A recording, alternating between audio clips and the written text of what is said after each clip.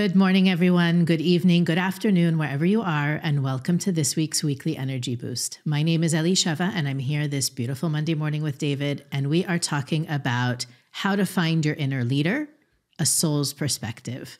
This week, the energy supports us to step up, and not only in stepping up, as we talked about last week, also to leave behind the aspects of our journey and our challenges and our reactions to those challenges that no longer serve us. So this week, we're going to take the opportunity to talk about all the ways we can show up as a leader in our own lives and in the different areas of our lives, and also what's worked for us as emerging leaders in our own circles. Weekly Energy Boost is Weekly Energy Boost is a 7-day spiritual weather forecast where David and I, and sometimes our guests, share with our listeners the most practical and powerful tools to navigate the coming 7 days. Through doing that, we inevitably unearth powerful and practical tools from the wisdom of Kabbalah that you can use any day of the week, any week of the year. And this week is no different. We have the convergence of two really powerful influences.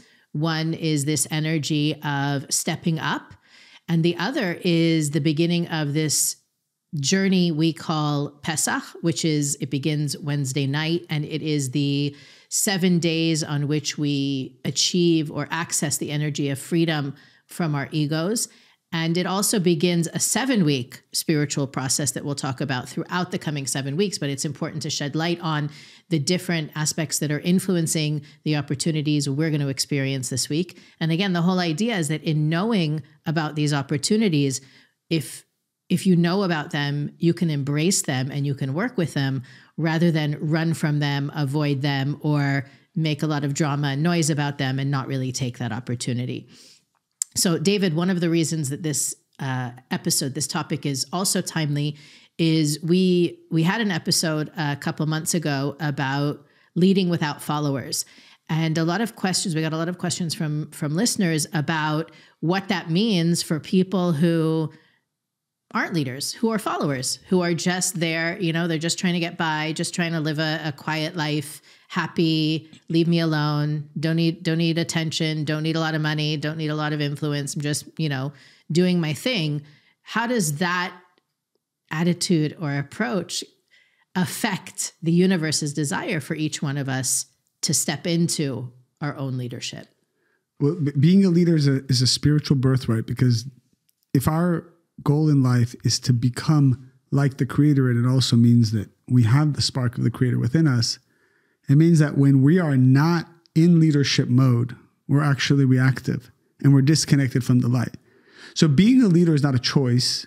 It's actually something that we have to commit to and strive to achieve in order to be aligned with the universe's energy. This morning we had a session with about 30 guys pretty much on leadership and spiritual work ethic. And we had a guest speaker, and we talked about different concepts, but what does it mean to be able to rise above?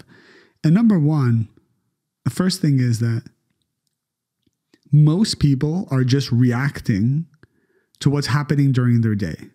So whether you're the leader of a household, whether you are a leader of a team in your career, or even just amongst friends, are you just reacting to what's happening day to day, barely treading water? Or are you getting ahead and actually having a vision of where to take the people who are dependent on you for energy? So even like with kids, because I think it's obvious in business, but let's just talk about if you have kids, or you have a group of friends. By the way, and you're not just talking about little kids at home. No. Your kids could be in their That's right. Adults living elsewhere in the world, and they're still dependent on you. That's for right. energy. As a parent, your kids draw light through you for the rest of their lives. And they don't bypass you energetically. So it comes down the lineage of souls. So light comes through the mom and the dad, whether they're living or not, especially when they're not living, the light still comes through them, that the child reveals in this physical world. So as a parent, we need to always be thinking, number one, quality of a good leader is vision. You have to already be thinking, what is the next month, 6 months, year look like of where I want to take my family? where I want to take my business. The main reason why people don't know what to do and the universe doesn't know how to treat them, the creator doesn't even know how to treat them, is because we're not clear about where we want to go. Even if it's not the right way to go, even if the goal is wrong, even if the universe has different plans for you, we are still obligated to create these goals because we need to exercise our God gene, our leadership gene. Then let the universe change our plans. But we need to create plans and commit to them while still being open to the fact that they will be changed. And so a simple question is like, what do you think about in terms of the energy you want to give your children for the next year? Is it even a thought that we have? How about your spouse? How about your boyfriend? How about your girlfriend? Like energetically, what do you want to be the provider of? Where do you want to carry this relationship? I think people have a very passive relationship often with just life. I will deal with things as they come. I'm not very organized. I don't schedule stuff. I don't even keep a list of things I need to do. I'll just handle them when they come. And that's a question for all of us. Are we more passive or are we more proactive? So this is the first sign of a good leader, is a person who is not reactive. You're not just living your life reacting to things that come your way, because then you're giving power over to the outside to determine what your life is like. It's interesting because one of the questions I wanted to bring up was, how can spirituality enhance leadership, right? You see a lot of people, obviously, that lead in different arenas that are not spiritual whatsoever. And sometimes that's apparent, but there's also a dynamic or a enhancement, I would say, that having a spiritual practice or spiritual backbone can bring to any leadership, no matter what your leadership style is. But I think even before we get there, the denial of the need to lead, right? Or one of the things I would have added to what you said before is that sometimes people don't want to push the envelope, don't want to rock the boat. They're just kind of like seeking that tranquil, monotonous, predictable life. And often when you regard yourself as a leader, going back to David's point about the fact that we're all here to have that affinity with the creator, and the creator is the ultimate leader. So we all inherently have an obligation, a responsibility to lead in whatever arenas we participate in. At the same time, there is that opposing force or opposing voice that we all have within us that challenges us to stay complacent, to stay comfortable, to leave well enough alone. Like all of those, again, reactive tropes about not needing to step it up or stretch outside of your comfort zone. What do those opportunities look like? That's really what I think we can break down for people. How do you know when the universe is telling you, step it up? Well, as you were talking, I think one of the things we have to realize is we need to always be taking some kind of action. Even waiting for a message, waiting to not make a decision is an action you decide to take. We have to audit our lives and ask ourselves how much of it is just us reacting and playing catch up. Most people feel like they're drowning. And I was talking to one of my single male students, and it seems like there's enough time in the day for him to do this and do that. I'm like, why don't you come to this? Why don't you pray with us? I don't have enough time. And then I'm asking myself, I'm married with 4 young children, and I got this going on, I got that going on, and I feel I got a little more free time than you. What is it that you're doing that's making you so busy? Because it's interesting, because as soon as this guy gets married and has kids, how is he going to fit all that in? Obviously, something happens. The vessel expands. You still have 24 hours in a day, but the vessel expands. And what happens actually when you start to gain more responsibility is you bend time. Time becomes an illusion. In 1 minute, you can achieve much more than you used to. It really comes down to mindset. You believe that you're busy. And so the reason why you believe that you're busy is because you actually don't enjoy what you do. You're not excited about the things that you're doing. So time becomes this thing that's just, it's very hard to like move, and it's very much like molasses. But the minute you get excited about what you're doing and you start taking action, the creator actually gives you back time, which is a very fascinating thing. If you don't do anything, you'll have less time. And the more you do, you'll have more time. You'll actually have 48 hours in a day. It's a very deep and profound concept.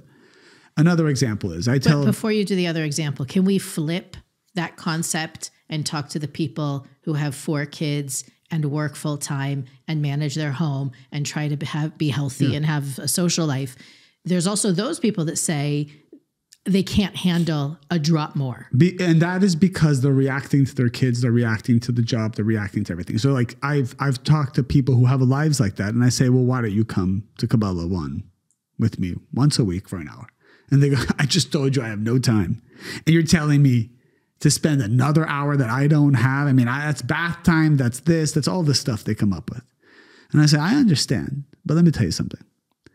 The hour you dedicate to your consciousness, you will even just practically think about when you get upset with your wife. How much energy does that take? What is the subsequent conversation you need to have afterwards to apologize and make her feel good? How much do you ruminate about it and feel crappy even as you go to bed? This is a 4 or 5 hour process. Okay, so let's put that aside. What happens when you're frustrated, agitated, and anxious, and that energy gets transferred to your kids, and then they start acting out, and now you have to spend a couple more hours calming them down and disciplining them? What happens when this happened yesterday? A teacher calls you and says your kid just hit another kid in the face. I need you to come down and to talk about it. And so then you spend another 2 to 3 hours doing that. That all came from your anxious, doubtful energy that you didn't address in your consciousness. So when I say come to an hour of a spiritual class, or just listen to this podcast while you're at the gym, whatever, it's because when your consciousness is in the right place, you avoid failing so many more tests that you gain back 10, 20, maybe even 30 hours of time. That is the secret of having elevated consciousness. So when we invest time into consciousness, when we invest time in taking action proactively, we draw light, and then the light inspires us to make better decisions later on. And as a result, we get time back. To me, that's also one of the bigger areas of growth for most people in stepping into their leadership roles is boundaries. And listening to you, I was thinking about different people who I hope are listening to this episode right now, that it's really a matter of them setting different boundaries around how they spend their time, their energy, and in what they invest their consciousness. So you take a person like that that's busy at work, and then when they finish work, they're taking the kids to all the different classes and sports and appointments. And then the weekends are jam-packed with socializing and other obligations and responsibilities. And they feel they cannot take on anymore. They're really, at the end of the day, they find themselves so empty and so frustrated because the lack of that boundary that would allow them to invest time in their consciousness and in their growth is that's the root cause, that they're not prioritizing. The feeling of busyness is very gratifying. Yeah. I have so much, look at my to-do list, look at my calendar.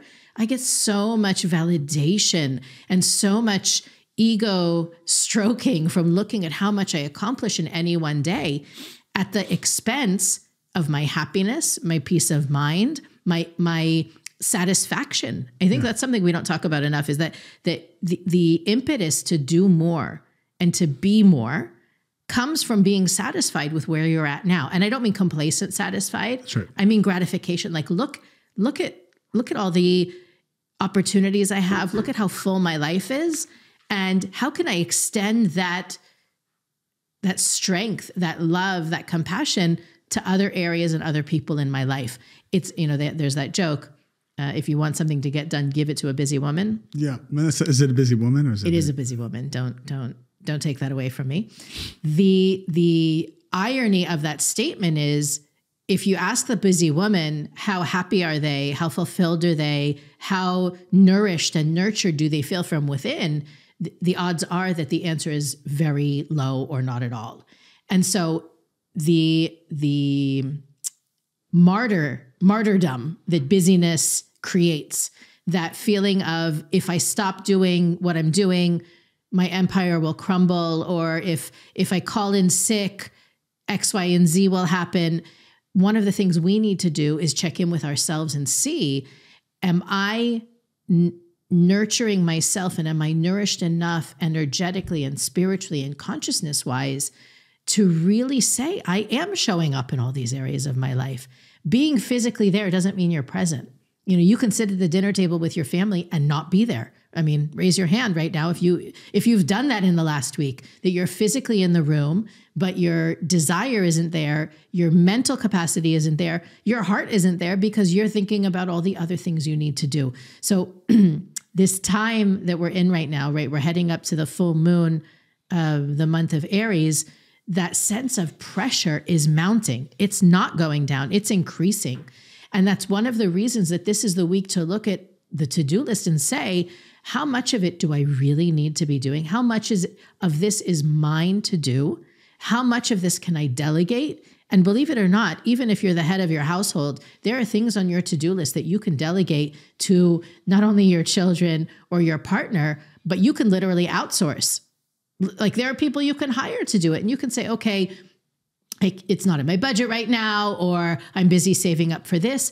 But in the long term, that expense becomes an investment in your growth and in your well-being, which benefits every other person you influence in your life. So it's a hard conversation to have in the middle of the month of Aries, when that cosmic pressure is really stressing us out. The reason it's stressing us out is so that the real barriers and blockages will rise to the surface, and we'll be able to have a genuinely clear look in the face of everything that's interfering and get rid of it. And there's two types of personalities. And we don't really realize this, and it's important that you ask yourself what kind of person you are. There are the people whose desire is to be busy. And so what happens is, subconsciously, they just look for stuff to fill their day. You don't even realize it. You actually attract drama just to fill the day. So, my day is free. I have free time. This cannot be. Something must fill it. Chaos. I don't care. Just come on in, fill the day. You don't realize it, but the reason why you're busy all the time and drained is because subconsciously you are excited about busyness, because it either makes you feel productive, even if there's no productivity. It makes you feel important or wanted, even though you're not actually doing anything important or as important. So then there are the people, and I think, I relate to this as more of the air sign, which is always looking for freedom. And so, I know for myself, I value free time. I think free time is where you can be creative. Free time is how you talk to the creator. Free time is how you can work on having a vision. Free time, if you want to be a leader, you want to be successful, you have to have free time. You have to have free time to ponder the next level instead of just treading water in the old level. Where do you have free time? And one of the best pieces of advice that I got from a mentor is, as soon as you find yourself doing something mundane at least 3 times, you have to find a way to delegate it. What's an example of that? What's an example of that? Let's say I have an assistant. And so I would always book my doctor appointments. I'll buy little things, like say I need a pair of shoes. I'll buy that. And I like to just control. It's easier just go in, control that, book it myself, book the flights myself, whatever we do. Because we all have a hard time letting go and delegating. But if I find myself booking my flight 3 times in a row, this is something that needs to be delegated. Meaning, if I am capable of doing more than booking a flight, I need to delegate. Whatever that is for each one of us. There are things that we do that we don't necessarily want to do, but it's so repetitive and we do it, when easily we can find a way to delegate, and especially in our businesses. All right. The number one reason why entrepreneurs don't grow is they're holding on to tasks that they should have already delegated. And when you desire to delegate, you also attract talent, good people, good partners. So it really comes down to the seed level of who you are. Are you a kind of person that is craving free time so that you can talk with the creator more and create more vision? Or are you just craving busyness? And so whatever you're craving is what you will be attracting and what your life will look like. How did you step into your own leadership roles? Be more specific. Well, each one of us has a journey, right? That I don't know, if I think about the people who I follow or the ways that I am a leader, I didn't apply for the job, right? In all of the areas in my life in which I am considered a leader, I didn't sign up. I wasn't a goal. Actually, I can tell you a funny story about that, by the way. Many, many years ago, there was somebody that we work with that I really admired and I looked up to. And I thought that was my goal. It's funny that I say it like that. Like they were leading in many different capacities, teaching, managing, local center, like just really handling it all, beautiful family. And I thought, you know what, that's my goal. I need to build the skills and the intelligence and the wisdom to reach that. When I reach that, I'll arrive. Okay. I got there one day. I don't know, it was almost 20 years ago. It feels funny to say it that way. I got there with all of those titles that I thought that I wanted. And I was like, this is it. Like I have the big ring of keys and the accounting books. And this is what I thought was the be all and end all. And I really said to the creator, and I'm sharing this, not in any way to put anybody down or to belittle anybody, but I said to the creator in that week that I had that realization that this is what I was pushing for all this time, is that this can't be it. And I'm really genuinely open for what's next. I don't want to be here too long. This is not what I thought it would be. It's not a good fit for me. I mean, I may have been good at it, but it wasn't challenging me. It wasn't stretching me. And it certainly wasn't giving me the fulfillment I anticipated that it would. So fast forward, I want to say, I think it was within a month or two of having that conversation with the creator and really being open, really being curious about what does the next level look like? And what am I really asking when I ask, what does my next level look like? I'm asking, how can I do more? What does my next level of leading look like? It's not about how many people follow me or how much power I have, what kind of decisions I can make and what changes those decisions can create. It's my next level of leadership needs to be transformative for me. And so that's one of the things I want to make sure that everybody's open to this week is if what you're doing, if your to-do list isn't transforming you, it's not where you're meant to be. It is not your destiny. It is not what the creator has in store. Just because you're doing it doesn't mean the creator wants it that way. I know a lot of people look at their lives and they say, it's whatever the creator wants. The creator doesn't want for you to do the same thing day in and day out and just look forward to the weekend or look forward to that family vacation or, dream about sleeping in on Sunday. The creator wants every moment of your day to be generating an opportunity for transformation and growth for you. And so even if you're not clear of how it's going to look, where it's going to be, who you're going to work for, where you're going to live, all those details, simply waking up every day or before you go to sleep every day, asking, I'm open to my next level. What is show me my next level?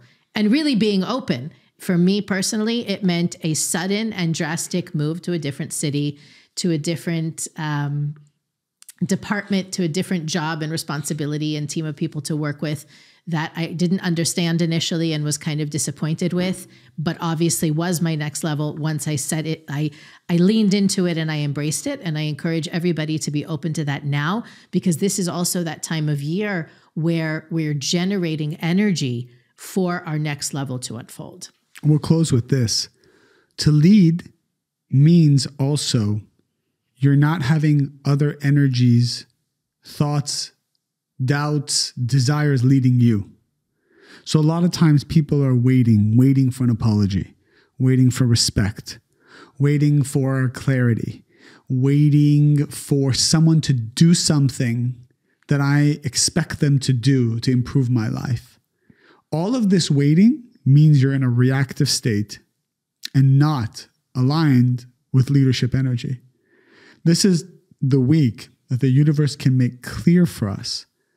Move forward and allow others to follow you. Stop being someone who's reactive to everyone else's approval and energy.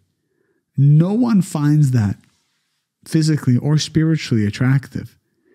Everyone wants to be inspired by strength, by heroism, by someone who is going forward into the unknown. When was the last time you moved into the unknown?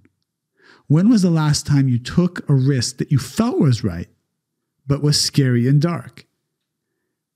Move forward, even if it's by inches. I'm not saying jump in like something crazy, but are you inching forward? Every day, inch forward. I actually like the inch approach because people who try to do big, splashy let goes, it always backfires for some reason. It's usually collateral damage. There's a lot of collateral damage. Then you feel dejected from it and uninspired, and then you retreat back and then you never try it again.